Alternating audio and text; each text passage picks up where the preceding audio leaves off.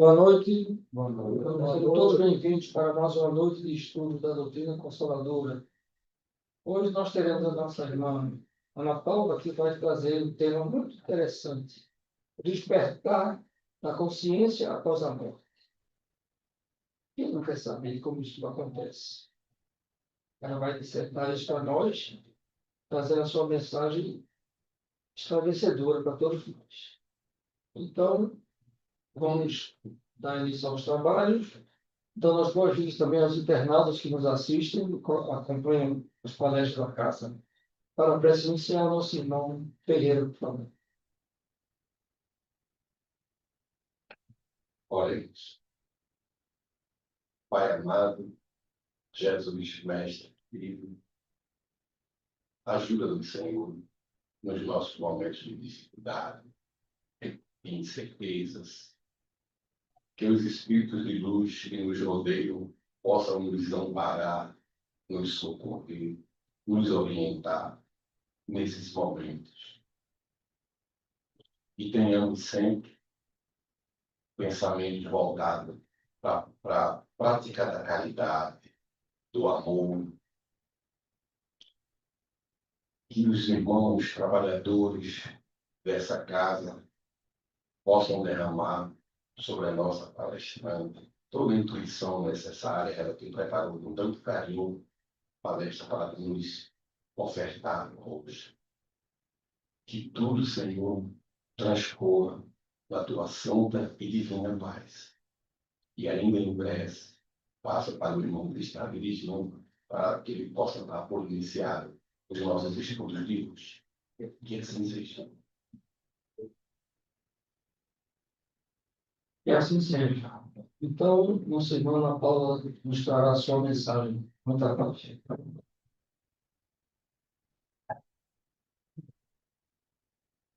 Minhas irmãs e meus irmãos, que a paz do nosso Mestre Jesus e que o amor maternal de Maria esteja com cada um de nós essa noite.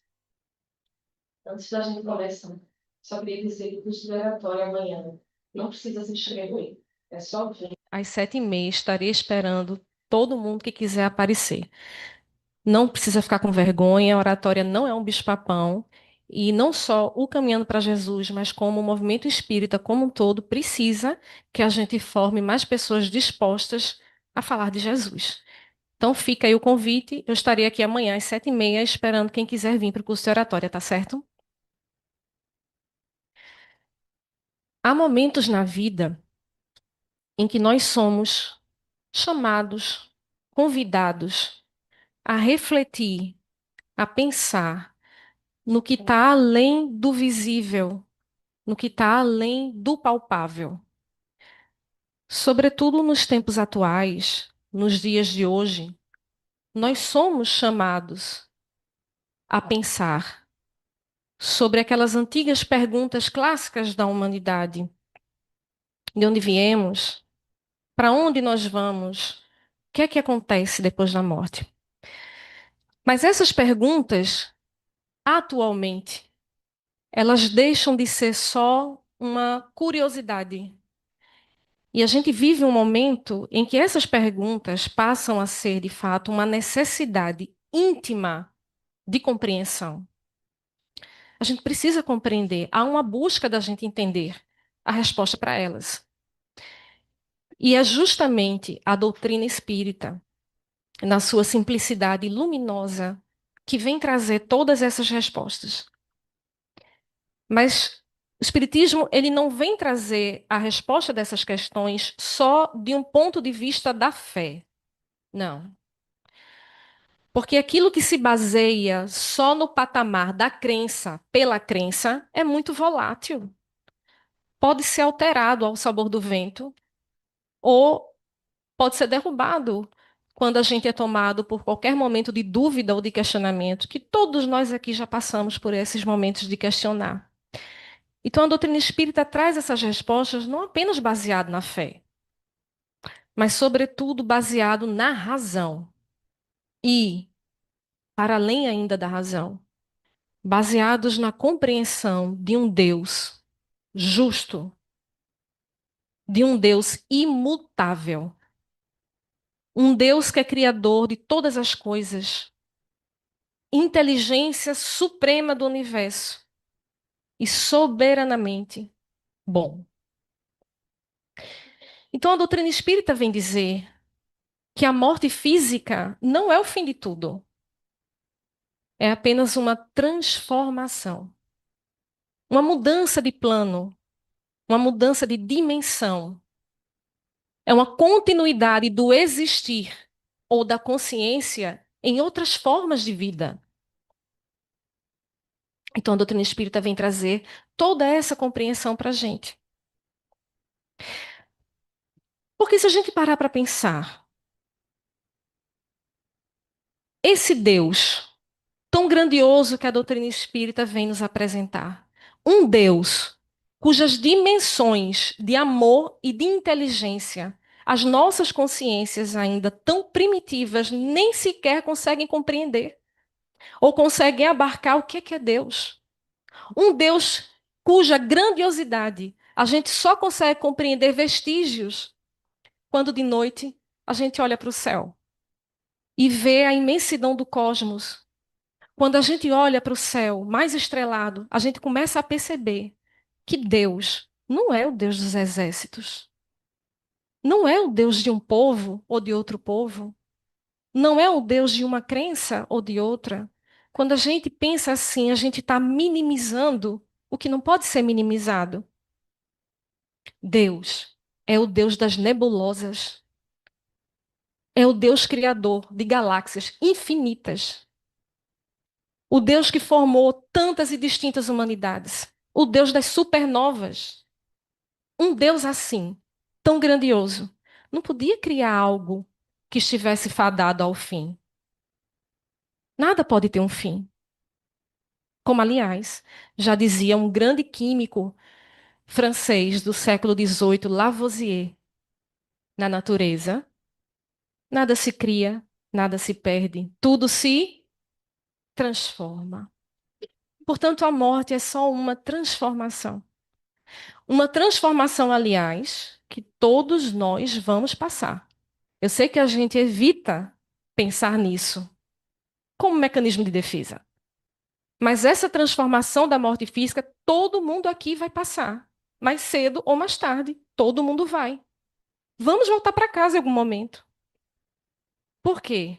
Continuar na matéria, nesse corpo, ao infinito, nessa existência, é absolutamente impossível. Não tem como.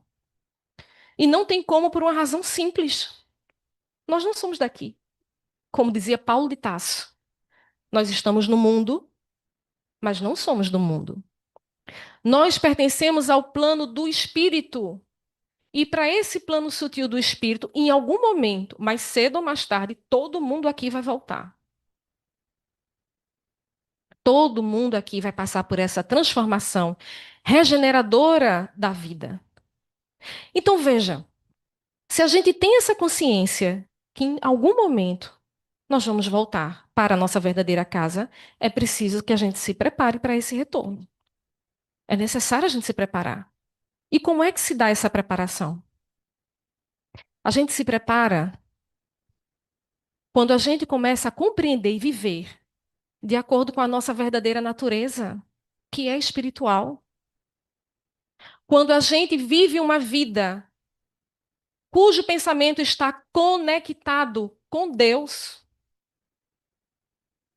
Quando a gente, no decorrer de uma vida, se empenha em extrair e reforçar aquilo que é de melhor, que tem de melhor em nós. Essa é a preparação para a morte. É muito simples a gente se preparar. Extrai o que for de melhor, o que tem de melhor em você durante a vida. Tente viver o maior tempo possível conectado com o pensamento divino e com os objetivos do bem. E se esforce para, no decorrer da vida, agarinhar, promover ainda mais habilidades no amor e na intelectualidade. É assim que a gente se prepara para essa transformação da morte. Porque, minha gente, a morte física, ela arrebata o corpo, é verdade. Mas ela não muda o que a gente é. Ela nos muda de plano, mas não muda o que nós somos. Portanto, a gente vai chegar do lado de lá exatamente da forma como nós somos, sem tirar nem pôr. E se esse momento da chegada, se esse momento do despertar da consciência vai ser um momento revestido de calmaria ou de angústia, o que vai dizer é a forma como nós levamos a vida. É o que a gente traz dentro da gente. Então, a proposta de hoje é que a gente pare um pouco para refletir sobre esse momento sublime e às vezes doloroso do despertar da consciência após a morte física. E para isso, é claro, para essa reflexão, a gente vai se valer de Kardec, mas, sobretudo, de um relato que Kardec traz no livro Céu e Inferno, na segunda parte do livro Céu e Inferno, de um espírito que ele entrevistou algumas vezes, que já já a gente fala sobre essa entrevista, que é um espírito chamado Auguste Michel. Já já a gente chega nessa entrevista dele. Mas vamos começar do começo. O primeiro ponto de partida para a gente é uma coisa que nós já falamos, e é uma coisa que eu tenho certeza que todo mundo aqui já sabe. Nós somos espírito. A nossa verdadeira natureza é espiritual. Nós temos um corpo, não somos o corpo. O corpo é só um envoltório momentâneo de expressão. A gente já teve vários outros, milhares, teremos ainda outros tantos no decorrer da nossa proposta evolutiva. Estamos com esse na atualidade.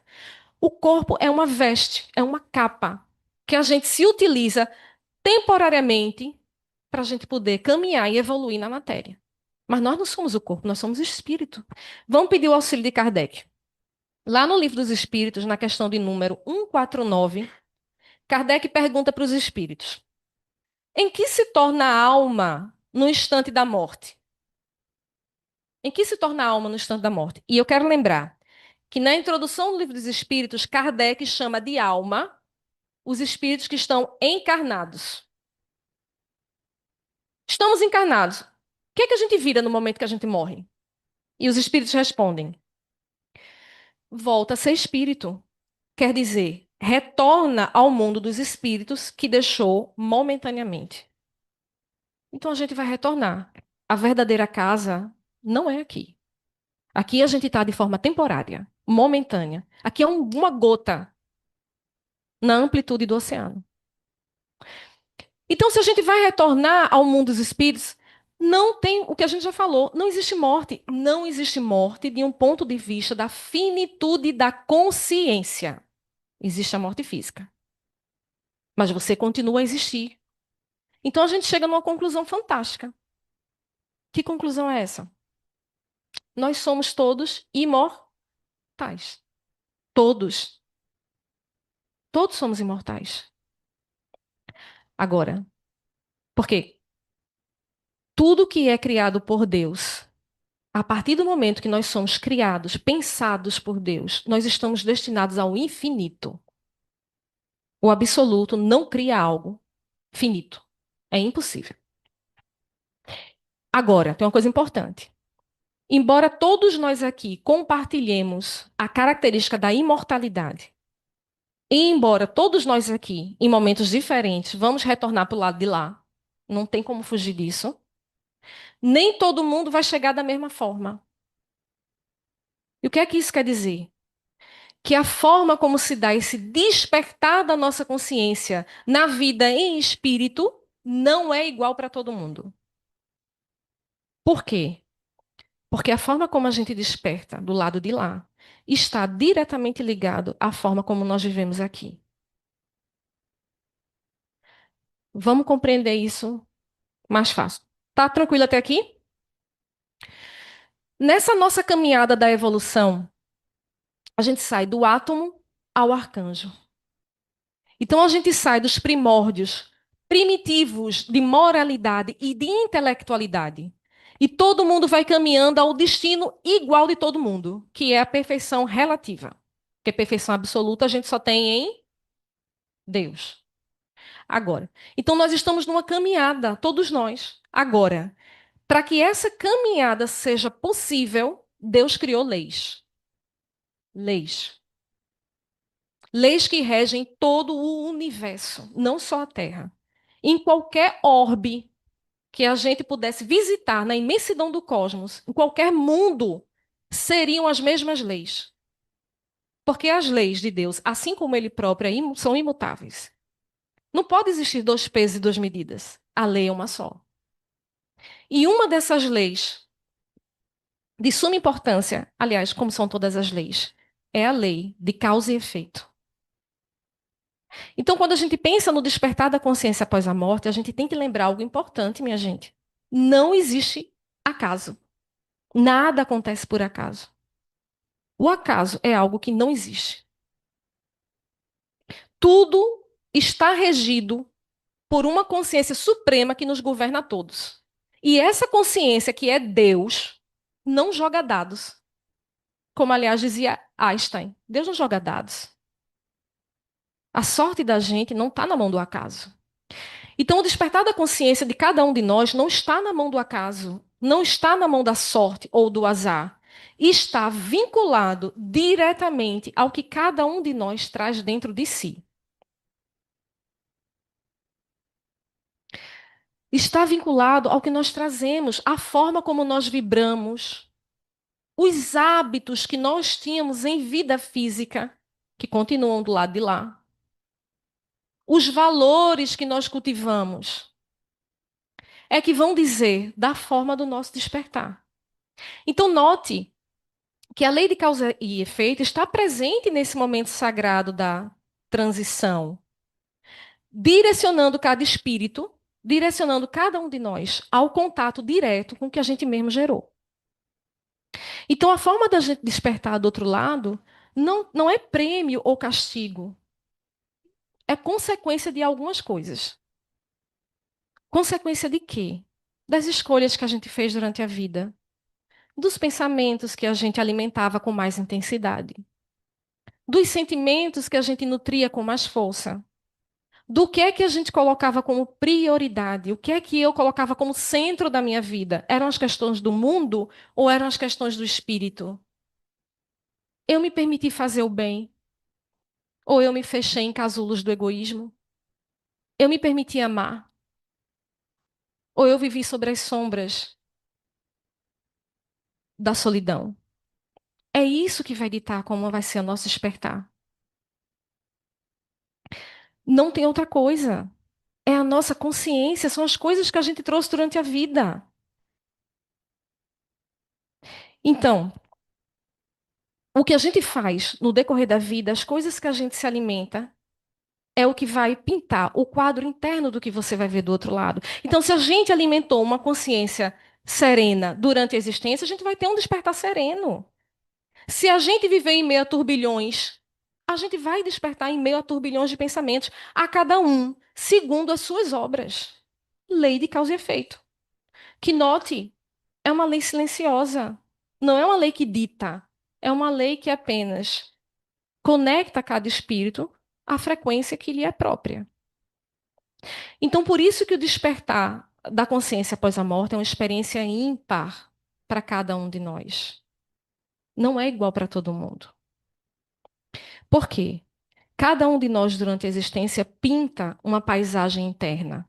E esse quadro íntimo que nós pintamos é a paisagem com que a gente vai se defrontar quando a gente abrir os olhos do espírito. E aí a gente chega a uma conclusão, que a gente até já falou. A morte não muda ninguém.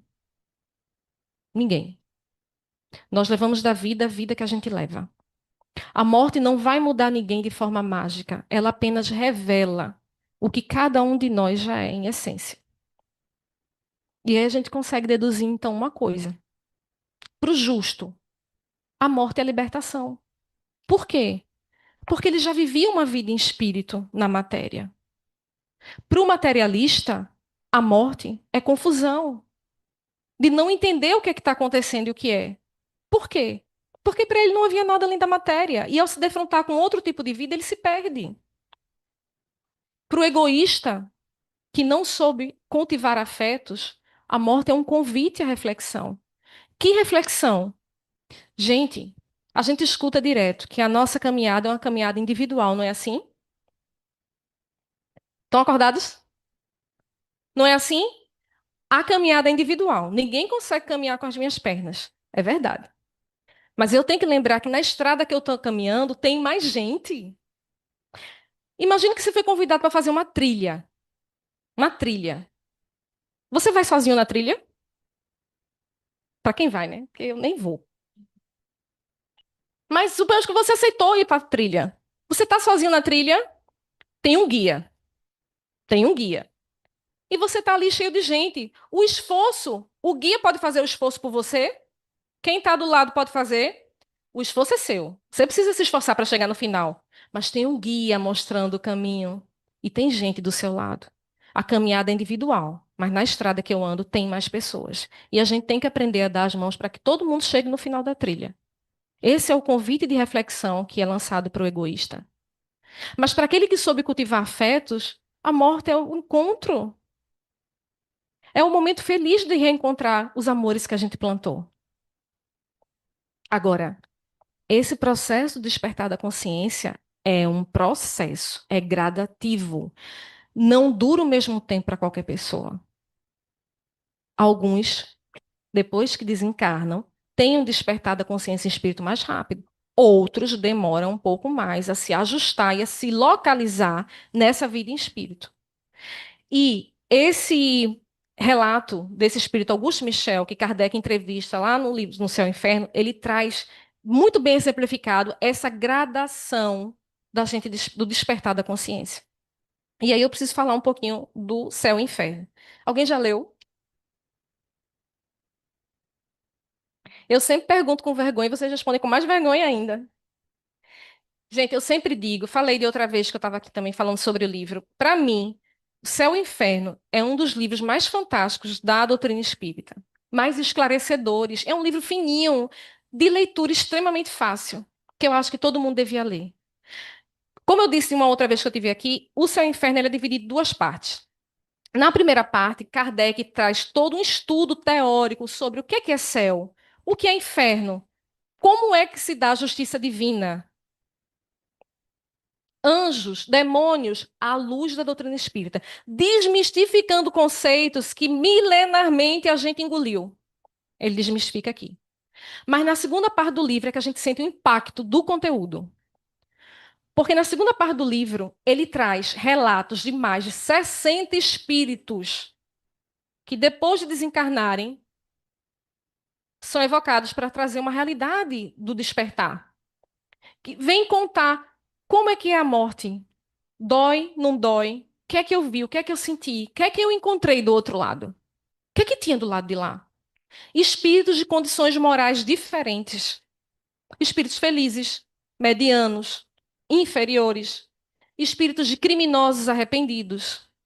Espíritos endurecidos no mal. Suicidas, que vêm trazer a realidade do que encontraram quando abriram os olhos do espírito. E a gente não lê. Veja, alguém voltou para contar. Muita gente. E a gente não lê. Então, cada relato que Kardec traz aqui, cada um desses relatos vem mostrar de forma muito humana e real que a forma como a gente desperta do outro lado está relacionado com a forma como a gente vive, sem tirar nem pôr.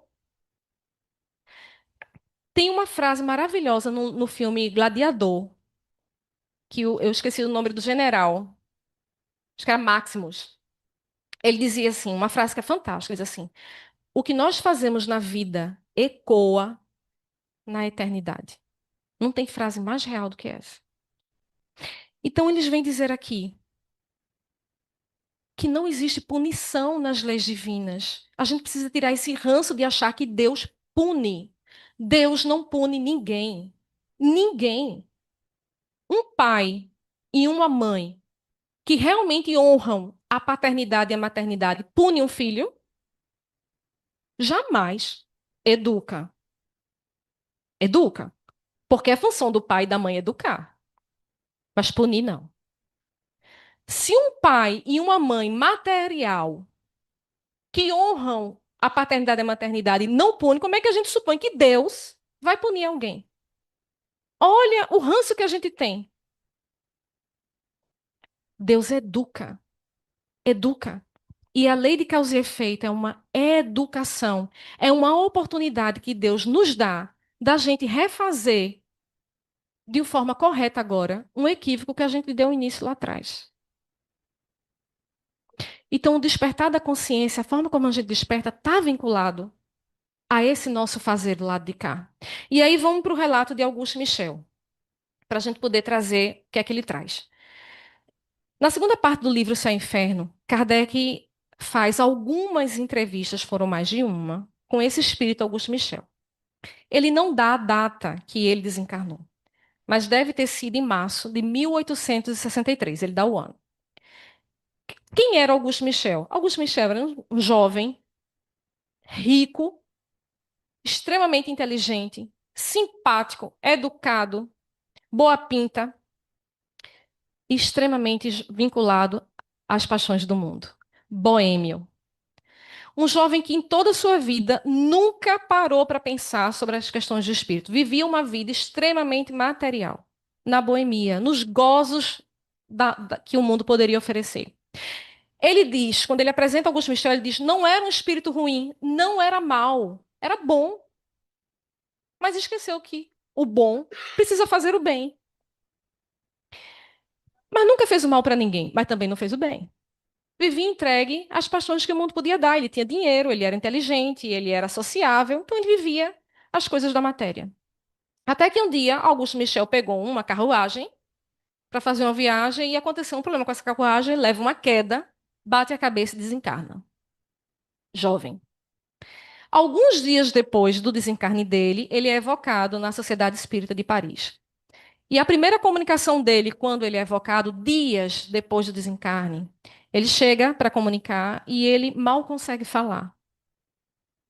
Mal consegue falar. É uma fala pausada, é uma fala truncada, é uma fala confusa, onde ele não sabe se está vivo, se está morto, ele não sabe como é que fala, ele diz que está num estado de perturbação, onde a mente dele não consegue se orientar. E ele pede ajuda. Porque ele não está conseguindo se entender. O que é aquilo que ele está vivendo? 10 dias depois dessa comunicação difícil, ele é evocado novamente. E quando ele chega um pouco melhor. Mas ele chega reclamando de uma dor. E ele diz: Olha, eu já entendi que eu morri. Mas eu estou sentindo muita dor. É uma dor que me perturba. É uma dor que nem a dor que eu senti na hora da queda da carruagem se compara à dor que eu estou sentindo agora. Que dor é essa? Eu estou voltando para o corpo. Eu sei que eu morri, mas por que eu estou voltando para o corpo? Eu volto direto para o local onde sepultaram o que eu era. Não consigo me desprender por muito tempo de lá. Eu saio e volto. E a dor que persiste. Um mês depois ele é evocado novamente. E quando ele chega desesperado pedindo prece. E diz para Kardec, por favor, mande o médium ir no local onde eu fui sepultado, fazer prece. Prece, eu preciso de prece, mas não é prece aqui, é lá. Fale para o médium ir na lápide e fazer prece, porque eu não consigo parar de voltar para lá. 2 meses depois, nesse ínterim, o médium vai e faz uma prece lá, na lápide, junto com Kardec e os outros membros da sociedade. 2 meses depois, ele volta. E ele volta agradecido pela prece e diz: Ainda sinto a dor. Mas a dor pior que eu sinto agora é perceber, porque agora eu percebo as ferramentas que eu tinha para trabalhar no bem, os talentos que Deus me deu e eu não fiz nada. A dor que eu sinto agora é a dor do tempo perdido, de perceber a inutilidade da vida, quando tanto me foi confiado, tanto me foi depositado, e eu deixei passar nas ilusões do mundo. Como eu consigo me livrar dessa dor?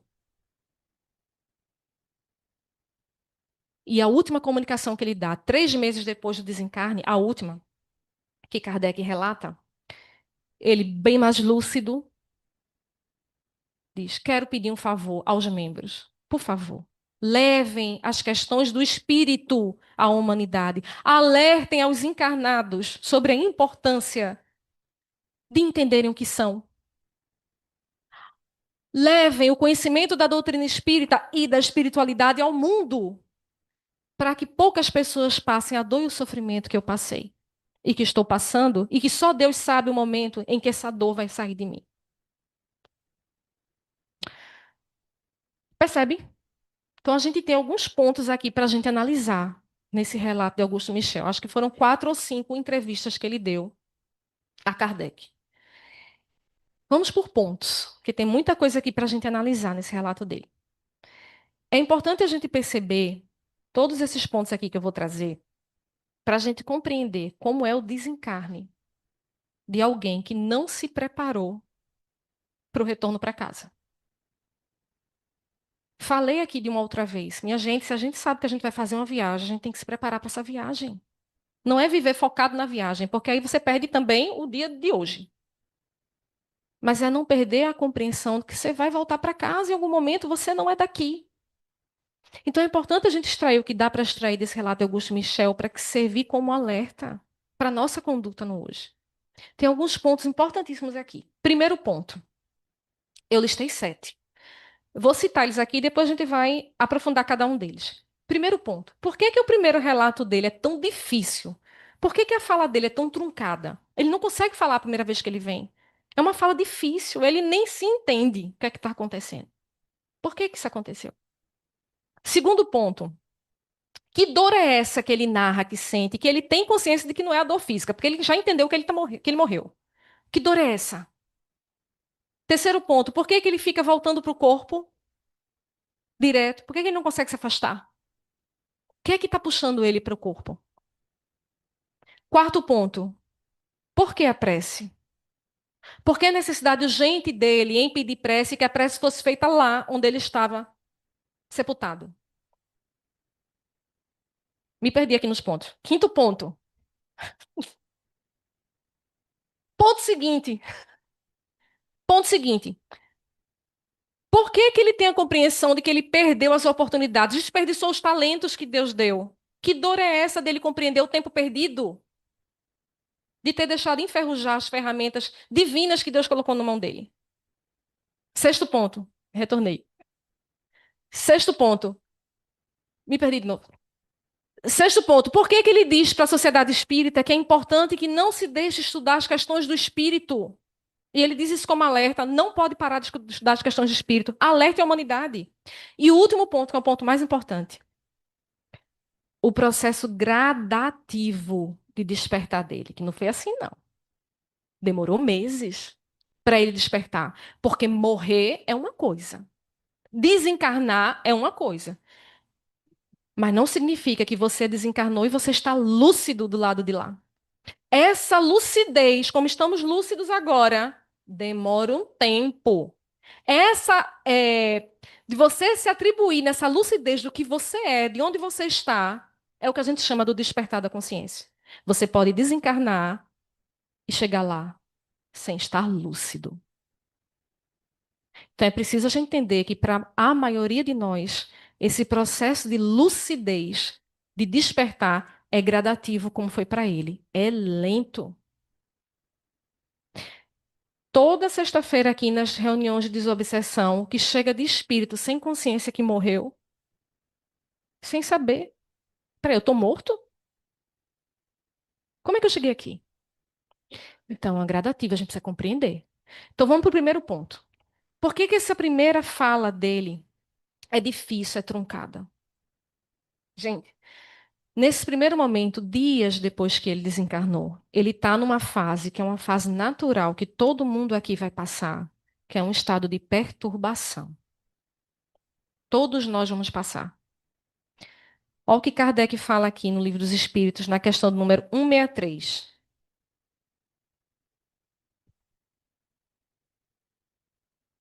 Eu marquei. Kardec pergunta: a alma, deixando o corpo, tem imediata consciência de si mesma? Ou seja, desencarnamos. Desencarnamos. A gente tem imediata consciência da gente? E olha o que os espíritos respondem: consciência imediata não é o termo. Ela passa algum tempo em estado de perturbação. Então, essa consciência, peraí, eu sou Ana Paula, desencarnei, sou desse jeito, não é assim instantâneo, não. Você passa um tempo em perturbação, o que é natural, porque esse desligamento do espírito do corpo leva um tempo. E enquanto esse desligamento está acontecendo, a morte física, sim, mas a desencarnação, que é esse desligar, leva um tempo. Que para alguns é mais rápido, para outros é mais lento. Enquanto esse processo está acontecendo, a gente está nesse estado de perturbação, vivendo a vida em espírito, mas ainda sentindo os reflexos da matéria. Por isso essa dificuldade de se localizar. Ele estava nesse momento de perturbação, ele não estava conseguindo se compreender. E aí Kardec retoma a pergunta. Todos os espíritos experimentam no mesmo grau e durante o mesmo tempo a perturbação que se segue à separação da alma e do corpo. Ou seja, a perturbação vai durar para mim ao mesmo tempo que para Ferreira, que para seu Luís, que para Neves? E ao que os espíritos respondem: não. Isso depende da elevação de cada um. Aquele que já está purificado se reconhece quase que imediatamente, visto que ele já se liberou da matéria ainda em vida física. Enquanto que o homem carnal, o homem materialista, o homem que vivia nos prazeres do mundo, cuja consciência não é pura, conserva ainda por mais tempo a impressão da matéria. Então veja, a resposta é muito simples. Quem já vivia em vida física uma vida espiritual se desprende com mais facilidade. Por quê? Porque ainda em vida já compreendia que o corpo é uma ferramenta abençoada, importantíssima, extremamente útil, mas uma ferramenta. Agora, quem fazia do mundo e das coisas materiais o centro da sua vida, como Augusto Michel, leva mais tempo para se desapegar disso, o que é perfeitamente natural, gente. O que eu priorizo, eu tenho mais dificuldade de deixar, não é assim? Inclusive, a sabedoria popular traz uma frase fantástica. Onde está o teu tesouro? Onde está teu tesouro? Aí está teu coração. E eu digo mais: onde está teu tesouro? Está teu coração. Está os teus pensamentos, estão os teus sentimentos, está você.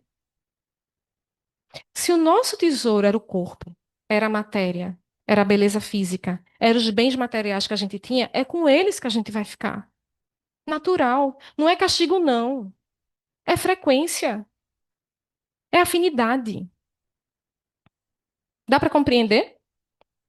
Então, Augusto Michel, ele estava nesse primeiro momento perturbado, porque ele mesmo diz no relato dele que ele viveu uma vida inteira sem pensar em nada que não fosse os prazeres que o mundo poderia dar. Então, ele tinha preocupação em estar bonito, ele tinha preocupação em estar elegante, ele tinha preocupação em estar rodeado de mulheres, de estar em festas. A preocupação dele era com o corpo e com a matéria. E é claro que a preocupação dele continuou com o corpo e com a matéria depois que ele desencarna. Por isso, ele ficava voltando para o corpo o tempo todo. Gente, a gente tem que ainda em vida, isso é um alerta para a gente. A gente tem que, em vida, compreender qual é o objetivo da gente estar aqui. A gente está aqui por quê? A gente tem que entender qual é o propósito da nossa vida. O que é que nós somos? Olha, tem uma frase simbólica no Livro dos Mortos do Egito, que ela diz assim: Ó discípulo, o teu nome interno está no horizonte. A primeira vez que eu li, eu não entendi nada. Eu disse: gente, o nome interno está no horizonte. Mas no horizonte não tem nada. Estudando mais, assistindo algumas aulas, eu entendi. O teu nome interno, o que tu é, filho de Deus, com a genética divina, com o ímpeto da evolução, está lá no horizonte, está na meta, está no teu propósito. A gente não é isso, a gente está assim. O que a gente é o fim do caminho. É o nosso ser superior. É a nossa perfeição relativa. Então a gente tem que viver de acordo com essa meta, com o que está no horizonte. Não é o agora, é o amanhã. É viver no agora, trabalhando, para que no amanhã eu consiga atingir a meta do que eu sou. Dá para compreender? Não foi assim que ele viveu. Então ele passou um tempo mais perturbado. Foi difícil para ele atravessar essa fase de perturbação, porque ele vivia uma vida estritamente material. Mas aí ele chega depois reclamando de uma dor. E ele diz: Olha, eu compreendi que eu morri. Não pode ser a dor física que eu estou sentindo. Que dor é essa? Gente, a dor física acaba com a morte. Morreu, acabou a dor física. Não tem mais. Inclusive, quem já passou por experiência de quase morte relata isso com muita maestria. No momento que eu desconectei, a dor, o mal-estar passou. Então não era a dor física que ele estava sentindo. A dor que ele estava sentindo e que ele relata era a dor da alma. E aí alguém pode dizer assim: oxente, peraí, a alma sente dor? Sente. Dores profundas. Talvez até dores mais angustiantes do que as dores físicas. Agora, essa dor que a alma sente e que ele relata é uma dor advinda de um sofrimento moral. É o sofrimento moral. Que vem de quê? De uma vida sem propósito, de escolhas equivocadas que ele fez, de desperdiçar os talentos que Deus deu para ele. Então ele sofre. Era a dor do sofrimento moral. Porque a gente tem que perceber uma coisa. Na espiritualidade, a dor, ela não está localizada como a dor física. Ela não está num membro, num órgão, não é isso. A dor lá é uma dor que vem da consciência. Claro que é uma dor da consciência, porque vamos pensar aqui junto. Onde é que os espíritos dizem para Kardec, no livro dos espíritos, que estão postas as leis de Deus? Onde é que estão gravadas as leis de Deus? Na consciência. Está aqui no livro dos espíritos. Então, se é na consciência que estão gravadas as leis de Deus, se a gente transgride essas leis em algum momento, é na consciência que a gente vai sentir o peso dessa transgressão. É lá. Então, é essa dor, desse sofrimento moral, de uma consciência que se sentiu culpada por perder tempo, que ele relata que sente. Porque, gente, todo mundo aqui, todos nós somos filhos de Deus. Fomos criados para o bem. Nós trazemos no íntimo, em essência, essa necessidade de evoluir, de amar, de caminhar. Eu vou falar de uma forma simbólica, pelo amor de Deus, ninguém interprete ao pé da letra, não. Nós trazemos o código genético, o DNA divino. Cada um de nós. Trazemos a genética de Deus. Então eu não posso destoar do que eu sou. E quando a gente se afasta dessa genética divina, da gente evoluir, e a gente vai por outros caminhos, a gente sofre. Mas não sofre porque Deus castiga, não. É porque a gente está se distanciando do que a gente é. A gente está se distanciando das leis harmônicas do universo.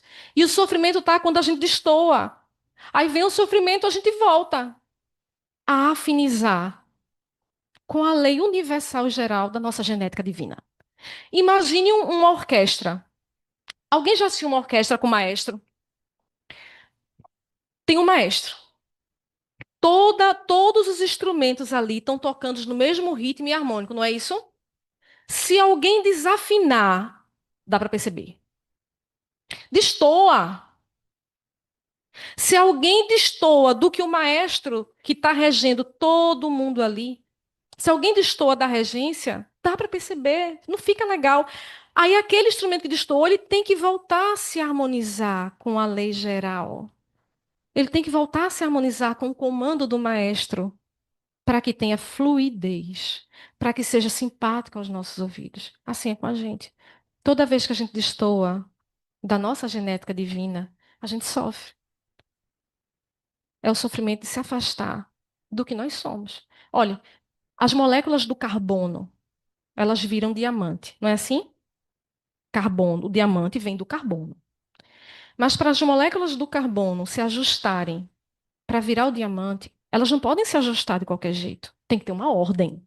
Tem que ter uma ordem.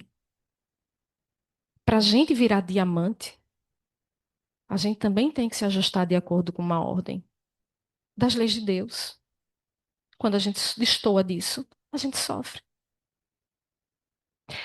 E aí ele vem trazer o fato dele voltar constantemente ao túmulo, ao corpo.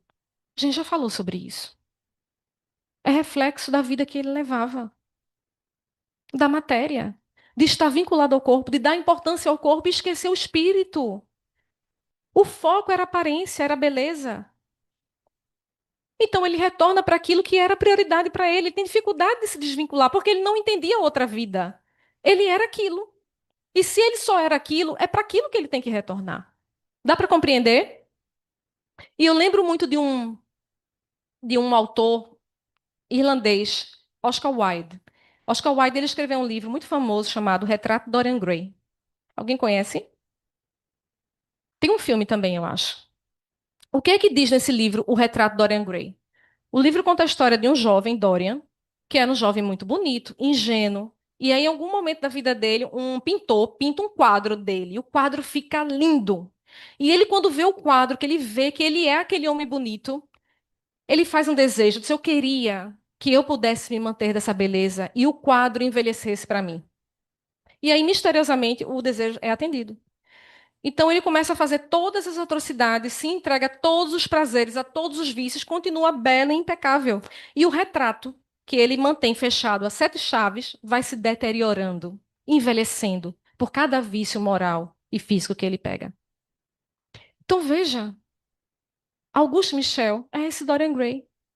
Numa linguagem espírita, esse retrato que fica fechado para que ninguém veja e se deteriora, mesmo a capa estando bonita. O que é esse retrato? Qual o símbolo dele? É o espírito. A gente embeleza o corpo, a gente foca no corpo, a gente aparece de forma simpática para todo mundo, mas ninguém está vendo o que está lá dentro. Aí o que está lá dentro você fecha em 7 chaves e deixa deteriorar. Não pode. É por isso que Augusto Michel voltava para o corpo. Agora, isso não quer dizer que a gente tem que se afastar ou virar as costas para a matéria. Não é isso. Não é isso. Por favor, que ninguém compreenda desse jeito. A gente está na matéria para viver bem na matéria. Para estudar bem, para trabalhar bem, para namorar bem, para ser colega, para ser gente boa, para viver o que a matéria traz. A questão não é dar as costas para a matéria, a questão é viver com ela e não para ela. Compreende? Depois ele fala sobre a necessidade da prece. Gente, a prece é uma ponte viva entre dois mundos. A prece, toda vez que você se concentra numa prece de coração, você entra numa frequência direta com Deus. É por isso que ela traz calmaria, porque ela vincula você na mesma faixa de frequência da divindade. A prece, ela não tem o poder de modificar as leis de Deus, não tem como, porque as leis de Deus são imutáveis. Mas ela altera uma coisa muito importante, porque ela altera o mundo íntimo de quem recebe a prece ou de quem faz. E ao alterar o mundo íntimo, você altera a sua postura perante a vida. Imagine alguém que está em sofrimento, trancado num quarto escuro. A prece, talvez não tire o teu sofrimento na mesma hora, mas abre a janela, deixa a luz entrar, dá aquele alívio. Por que que ele pedia a prece lá no corpo? Kardec traz uma nota sobre isso no final, que até Kardec estranha. Por que que ele queria a prece no túmulo, quando a gente sabe que de onde a gente está, a prece chega? E aí Kardec faz uma nota. Veja, lá no Evangelho tem uma parte nas preces para os recém-desencarnados, lá no Evangelho. E lá, Kardec explica que quando você faz uma prece por alguém que acabou de desencarnar, não é só no sentido de você encaminhar aquela alma para que ela tenha uma boa acolhida do lado de lá. Não é só para você mostrar seu amor, seu apreço nesse momento de passagem, não é só isso não. Ele faz um alerta. A prece para quem acabou de desencarnar é, sobretudo, para você, com sua prece, ajudar no processo do desenlace daquele espírito do corpo. Porque às vezes esse laço é difícil. Às vezes você morreu fisicamente, mas você está lá ainda. Por vínculo, não é por castigo, por vínculo. E quando você faz uma prece, você ajuda a equipe espiritual a promover esse desenlace para que o espírito vá, abandone o corpo. E aí Kardec, depois do relato de Augusto Michel, Kardec faz uma nota, ele diz, eu acredito, ele não fecha, ele não bate o martelo. Porque ele retoma o entendimento que nós já temos. Aonde nós estamos, a prece chega, se for de coração. Não precisa a gente ir no cemitério. Mas ele diz: eu acredito que no caso dele, como era uma vida completamente voltada à matéria, o fato da prece ser feita lá ajudou magneticamente, com mais intensidade, ao desenlace do espírito do corpo. Por isso ele pediu para ir para lá. Mas a prece coopera. A prece nos ajuda a mudar a nossa postura íntima perante a vida. E aí ele fala outra coisa importantíssima. O arrependimento que ele tinha com os talentos que ele perdeu. Gente, a dor maior que a gente pode sentir é a dor do tempo perdido. É a dor da gente perceber que a gente desperdiçou oportunidades, que a gente não cultivou os talentos que a gente tinha. É essa dor que ele sentiu. Ele percebeu que a dor maior não era de fora, era de dentro. Porque, veja, ele não era mau. Ele não foi um criminoso, ele era bom. Ele tinha dinheiro que podia ter alimentado barrigas vazias, que podia ter colocado o livro na mão da criança para estudar, porque ele tinha recursos financeiros para isso. Ele era simpático, ele falava bem. Ele podia ter feito tanta coisa. E qual é o alerta para a gente que fica? Cada um de nós aqui, cada um de nós tem seus talentos. E quando eu falo talentos, entenda, ferramentas. Ferramentas algumas que a gente já veio construindo ao longo das reencarnações e outras que Deus concedeu para que você trabalhe. Tem pessoas que falam bem, tem pessoas que sabem escutar com empatia, tem pessoas que têm um senso de humor tão maravilhoso que só você estar do lado dela clareia seu dia. Tem gente que tem recursos financeiros, tem aqueles que sabem pintar, que sabem sensibilizar com a música, com a poesia. Cada um tem um talento. Olhe com honestidade para você, perceba qual é o seu.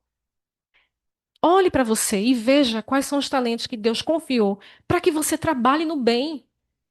Tem um livro, Memórias de um Suicida. Vocês já ouviram falar? Nesse livro tem uma passagem. Eu li 4 vezes esse livro no decorrer da vida. Só na quarta vez eu percebi isso, que nas outras 3 passou batido. Tem uma parte lá, quando aqueles que foram suicidas iam programar a reencarnação de dor, de reparação, os mentores chegavam e diziam assim: vai ser uma reencarnação reparativa. Mas vamos ver aqui, no que é que você quer trabalhar no bem? Vamos ver que talentos Deus pode conceder para que você venha com uma ferramenta do bem. Porque você faz a reparação, mas ao mesmo tempo você está falando, você está escrevendo, você está com dinheiro para ajudar a encaminhar pessoas, você está sabendo ser empático, você está sabendo emocionar de alguma forma. No que é que você quer trabalhar para a gente pedir e colocar no teu planejamento? Então, cada um de nós vem com uma ferramenta de trabalho. Repare qual é a sua. Se olhe com honestidade e veja: o que é que eu faço? O que é que eu faço que eu posso contribuir? Quais são os talentos que eu tenho? Não enferruje esses talentos, não. Não perca tempo. Não é para trabalhar nas grandes obras, não. Ninguém é missionário aqui. É no trabalho do dia a dia. É escutando uma dor. É falando de Jesus. É consolando quem sofre. É sendo disponível. É compreendendo, é sendo tolerante. É ajudando financeiramente quando a gente tem recurso para uma criança estudar ou para uma família não passar fome. Veja qual é o talento que você tem e use. Porque, gente, tem pessoas que passam a vida inteira evitando o sofrimento físico, evitando a dor. E esquece que a maior dor que o espírito carrega é a dor da alma que não soube viver. E não depende da religião que você tem, dos títulos que você carrega, da condição social que você tem, independente disso. Não estou dizendo que a gente não deve procurar a cura física, o bem-estar físico, se cuidar, absolutamente. É válido. O corpo é uma ferramenta maravilhosa. Emmanuel diz: trate do seu corpo como se você fosse viver para sempre. Mas ele complementa: mas trate do espírito como se você fosse morrer amanhã. Então repare qual é o talento que você tem. Não deixe esse talento enferrujar. Use para o bem. Para que quando a gente volte para o lado de lá, a gente não volte com a dor que ele teve, de perceber o tempo perdido, as ferramentas que ele tinha e ele desperdiçou na inércia e no adormecimento da matéria. E por fim, para a gente terminar, o processo gradativo do despertar dele, que foi lento, foi aos pouquinhos. Ele foi despertando aos poucos, percebendo o que, que ele era. E ao perceber o que, que ele era, percebendo o que é que ele deixou para trás, os momentos que ele desperdiçou, o que ele precisava ter feito e não fez, o que é que ele colocou como prioridade e o que é que ele esqueceu que deveria ser prioritário.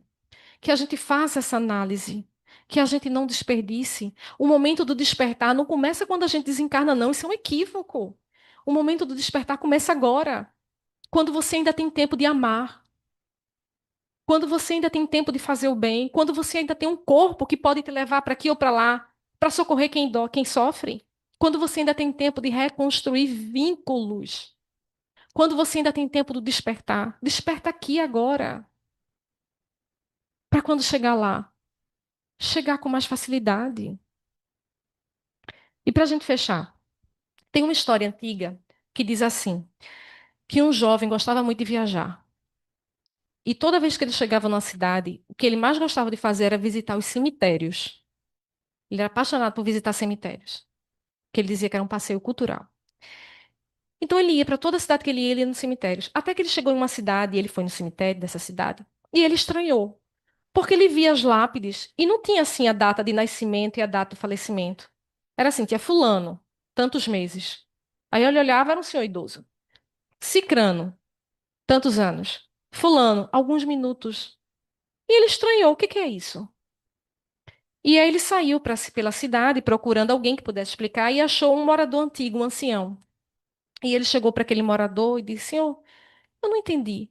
As lápides, por que que o tempo que está lá são meses, minutos, alguns poucos anos? O que que aconteceu? Aí disse: Não, meu filho, é porque aqui nós temos o costume de não colocar na lápide quanto tempo a pessoa sobreviveu na Terra.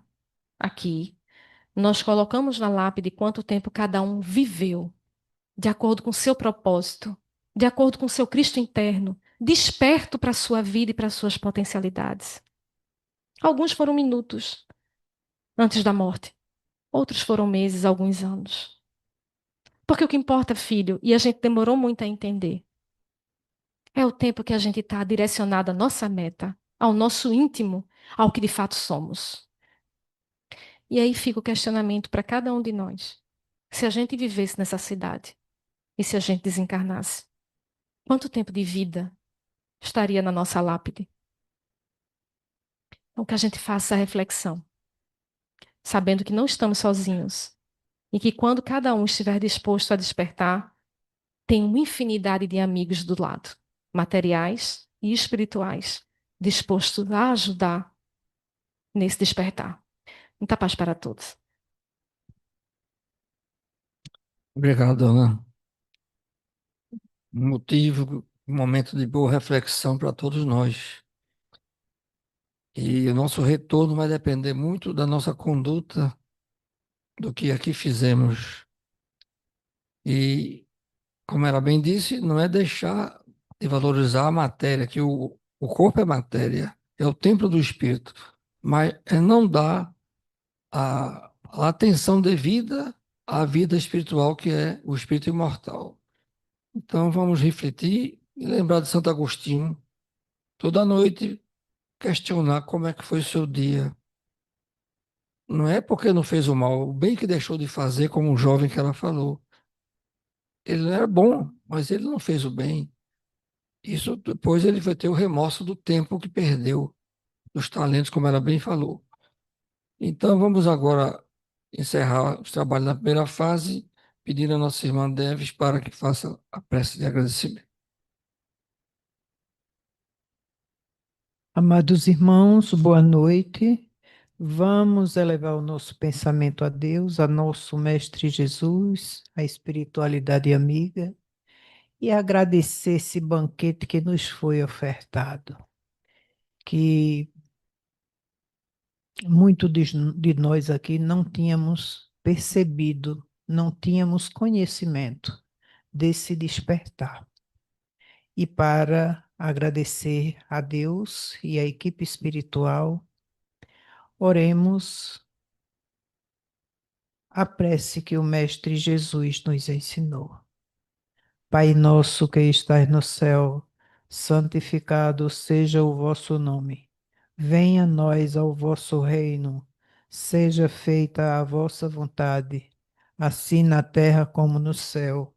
O pão nosso de cada dia nos dai hoje. Perdoai as nossas ofensas, assim como nós perdoamos a quem nos tem ofendido. Não nos deixeis cair em tentação, mas livrai-nos, Senhor, de todo o mal, porque teu é o poder, o reino e a glória para sempre. E em teu nome, Senhor, passamos a palavra ao nosso irmão que está diante dos trabalhos, para dar o mesmo por encerrado na tua santa e divina paz. Que assim seja. E assim seja. Então, meus irmãos, aguardem a chamada para o passe, em silêncio, em harmonia, receptivos para receberem os bons frutos medicamentosos que necessitam. Muita paz para todos.